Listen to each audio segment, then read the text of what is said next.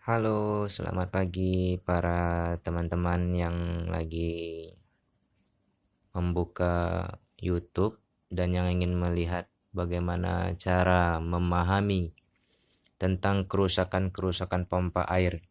Jadi jangan diantarkan ke bengkel langsung atau diantar ke pakarnya langsung ya para sahabat. Karena sebelum kita mengantarkan, kita bisa terlebih dahulu memahami apa kerusakan dan bisa mengatasinya sendiri. Contoh yang pertama yaitu jika mesin airnya bermasalah di sini, di tempat pemancingan, kita terus memancing. Kalau mau menghidupkannya, kita terus memancing terlebih dahulu ya teman-teman. Jadi kita jangan langsung membawa ke bengkel atau ke pakarnya, karena hanya membuang-buang biaya ya. Kita langsung menuju ke sumur bornya atau sumur cincinnya. Ya, itu masalahnya di sini teman-teman. Di klep bawahnya atau di saringan bawah sumur bor. Paling bawah teman-teman ya. Nih. Nah, itu penyebabnya yang sering memancing di sini.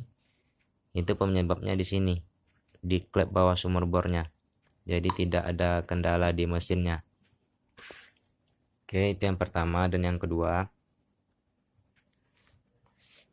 apabila mesin air teman-teman atau bapak ibu sekalian yang di rumah rusak mesinnya, tidak mau berputar ketika dicolokkan, ininya tidak mau berputar, kipas di belakangnya tuh nampak kan, jangan langsung dibawa ke bengkel. Karena apa? Karena tidak selalu mesin tidak berputar itu rusak parah, bisa diatasi. Itu bisa jadi karena yang sering saya alami, konsumen-konsumen yang sering dialami, itu tidak mau berputar kipasnya karena ada kotoran di dalam mesin bagian depan ini, di bagian depannya. Jadi itu bisa terjadi karena kadar air yang berlumut yang sangat banyak mengeluarkan kotoran-kotoran lendir kuning itu ya, dari kotoran air sumur. Itu kalau ditinggal beberapa hari saja, 5 hari atau seminggu, itu tidak hidup mesinnya, itu bisa terjadi pembekuan di sini, pengumpulan lendir-lendir itu, kotoran-kotoran. Jadi sehingganya asnya tidak mau berputar.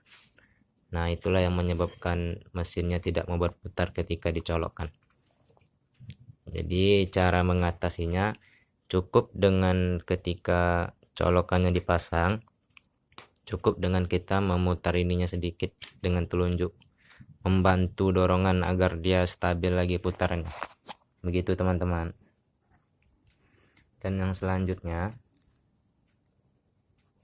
untuk memahami kerusakan-kerusakan pada mesin air, itu ada juga saya mendapatkan konsumen colokannya dipasang, arus listrik masuk, tapi mesinnya tidak berputar juga. Kemudian sudah kita cek di bagian belakangnya, tidak juga mau hidup. Kita langsung ke sini teman-teman, ke tempat kapasitor. Ini kapasitornya, fungsi kapasitor di dalam benda ini, di dalam kotak ini, itu bendanya, fungsi kapasitornya untuk pembantu pengapian untuk pemutaran mesin airnya. Ketika kapasitornya sudah soak atau rusak, maka pengapiannya tidak akan bagus lagi dan tidak akan menimbulkan arus lagi, maka dia mati total.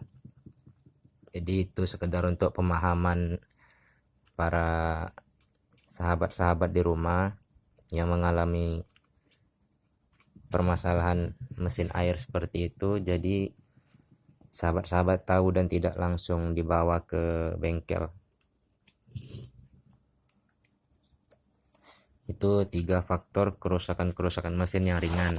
Jadi sebelum mesin ini kita bongkar, ini sih sebetulnya mesinnya nggak masalah ya, cuman kemarin tuh kendala mesin ini airnya tidak naik seperti yang saya bilang tadi.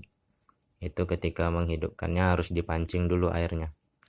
Jadi bukan di mesinnya yang bermasalah, tapi di sini, di klep sumur bornya. Yang ininya diganti dengan yang kuningan atau dengan yang plastik seperti ini juga nggak apa-apa. Pemasangannya pun tidak boleh ada angin ya, tidak boleh ada celah sedikit pun, harus padat, benar-benar padat. Cara memasangnya biar padat, dipasang seltip ini teman-teman. Ini seltip dililitkan, nah dililitkan ke SDL nya atau soket drat luarnya. Nah, seperti ini.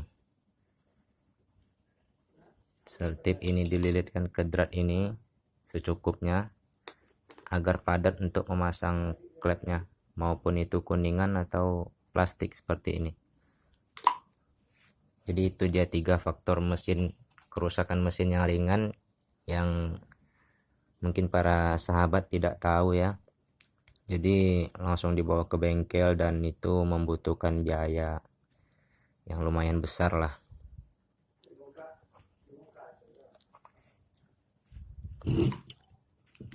Sekarang ini mesinnya sudah bagus, cuman ini hanya untuk bahan praktek kita aja.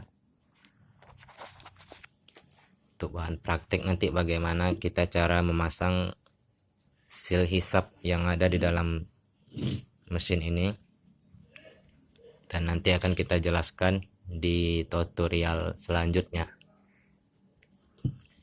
Dan juga di sini ada asnya di dalam ini. Itu ada lahar, ada bearing depan belakang.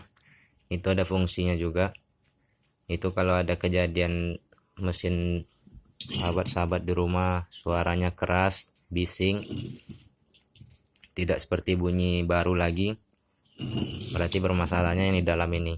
Nanti akan kita bahas di video selanjutnya. Dan kemudian di seal hisap ini yang di tengah-tengah ini agak kurang jelas ya sahabat ya,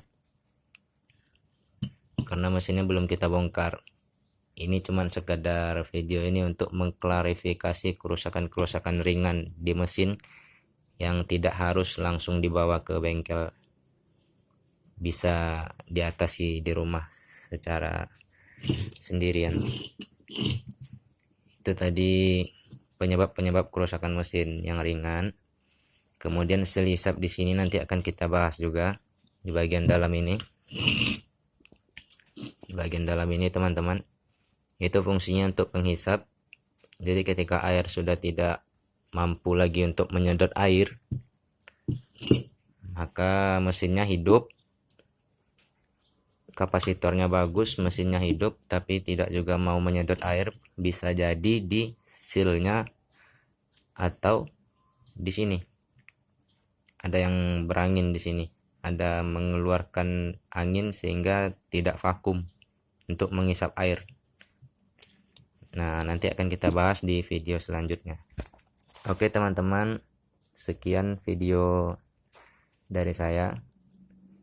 Kalau ada yang dipertanyakan silahkan di kolom komentar di bawah.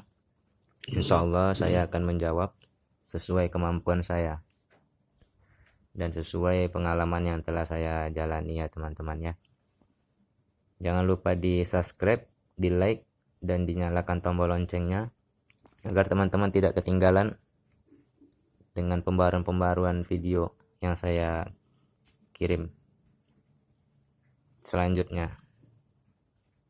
Oke, sekian, semoga ilmunya bermanfaat.